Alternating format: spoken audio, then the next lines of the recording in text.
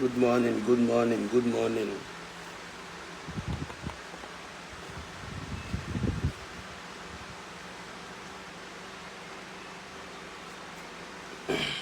Good morning, everyone. I remain Skibo Alajimba Omemboji.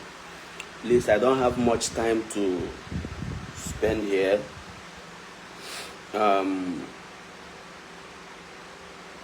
My attention was called. There is this video trending online concerning this their saga with J-Pack and Ogechi Okeke Njaka. One particular video my eye just called all my attention, saying that my boss, Seaman Global. I know that most of you have seen that video of Ogechi is saying what J-Pack actually told her, that our boss, Seaman Global, even when Tiono this thing nice because my name was mentioned and I want to clear the air. My name was mentioned. I said to myself that this saga, Megan now, that I will never put my hand or put my leg, because even if you want, we are there active now for TikTok. Nothing concerning with this blue app again. This blue app now is just for me to drop adverts. My about TikTok, because I don't even get strength for all these ones. Because waiting they happen for Facebook now and Takashimanya. So I'm here to debunk one news trending that my boss Seaman Global Nebuaiga Hotel of all my time with Seaman Global in Enugu, Anambra was just business. Time or the kwano. With time. It was just business, marketing land. So this rumor now flying, I will call it rumor because it never happened. Seaman is a well-disciplined man. I don't know who is trying to bring him down with all this fake news. Or one cannot do, saying that a whole Seaman Global and a Omenagega Hotel, big in when did that happen?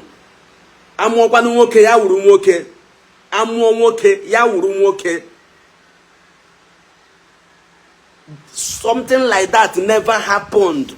Something like that never happened. All our time in Enugu and Anambra, Abuja was for just real estate and nothing more. Seaman ebi to be kwanumwa, ebi to be mianwa, onwoke self on a married man. They focused in his real estate business. So I just see all these things as a way to bring a man down. Do to gain a cho. I'm okay, or guy okay, cho. The extent that my name was mentioned. This a big one, a big one. I don't know how true this whole matter is, but I am here to debunk this news that Seaman J-Pack. This is all lie, fallacy, woo. All my time with Seaman Global was just for real estate and marketing his land. Finish. This is total lie, fallacy, accusation. Boy, I don't know the right word to use, but fallacy.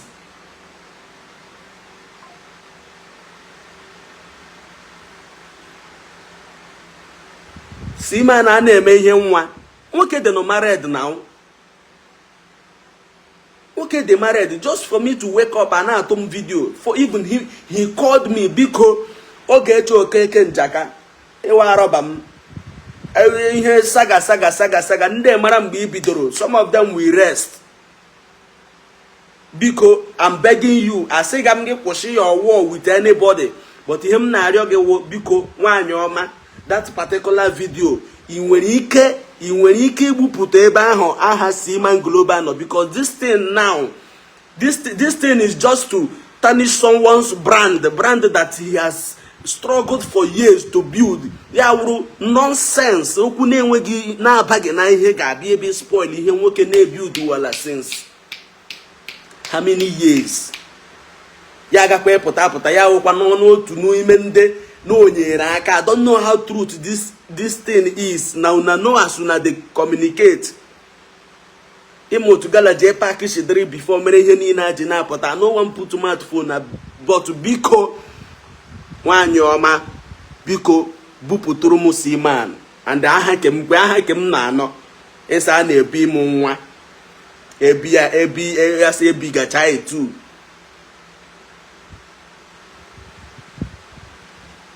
You tell me ma okwu, but this thing now, imagine this person no kpoga aha now. He's a married man. How will the wife feel ma ọ na-ahụ ihe ndị a n'ihu akwụkwọ? And no one when shy there for the background, from him na video, no way be a Skibo. And I'm here to tell you people that something like that never happened. All my time in Abuja and Enugu and Anambra was just to market land, mawa, and I get paid, mawa. Please, you people should debunk that news now. Seaman Ujikwa Obim ye BJ Park. Because Obi to be Mumbo, all my time with him in Abuja was business only, strictly business. Strictly business. I told me ihe ọbụla onu mege ọgbasadom, but onye na-akọkwa, onye na-akọ kokwa ke mere eme. Kokwa ke mere eme. Hwe ihe chọchọ anụ nwoke du, anụ mmadụ du. Ise big nwe big Skibo. Biko onye adọbatakwala m na ihe unu mege. Anọ m mgbe unu kọrọ ihe unu kọrọ. I'm not there, but arịrịọ m rịọ ga-awụsụ onye tụkwala m, biko akpọla m biko. Unu chọgodo ịkpọ m akpọ ya, unu kpọ m na okwu bara na ihe ọwụ ka ejikwa ebi nwa ya wuru ebinonia onye chọkwara biko. So guys, debunk the news na our oga jikwa ebi anyị nwa buru tu ye BJ Park ye buru bim ashi. Seaman Global I know is for just real estate only. Real estate only. My time with him in Abuja was just for business. We market his land and we get paid anyawa.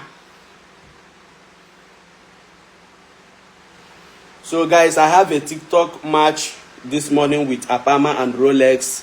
Catch me there if you're on TikTok. Just search Skibo Comedy 7. Eba nkam nos.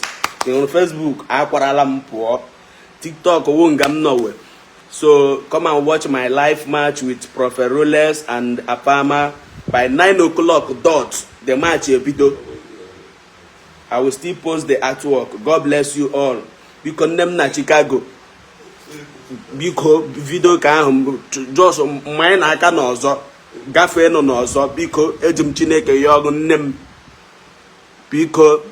biko oge echi nne m ke just delete tụrụ m ya game isi aka n'ọzọ biko I beg you na mgbe ịtụ aka na enwe ihe na ele bekee chana mma nọ na enwe otu na-eme ya. I said the gidre I say paragraph ma wo any space another chapter biko dibie ego na n'ike onye ji aha ya emega ihe ke biko nne m biko ọwa ya ugodi so we ihe agwara ga ọwa ashi na lie. Something like that never happened. So guys, catch me on TikTok. I have a live match with Apama and Prophet Rolex. Come and show your boy love there. Na ihe ndị mere m n'abalị na TikTok. Apama makpuwere m n'ala, anọgidere m n'ala. Hey, so let's try again this morning. Peace and love.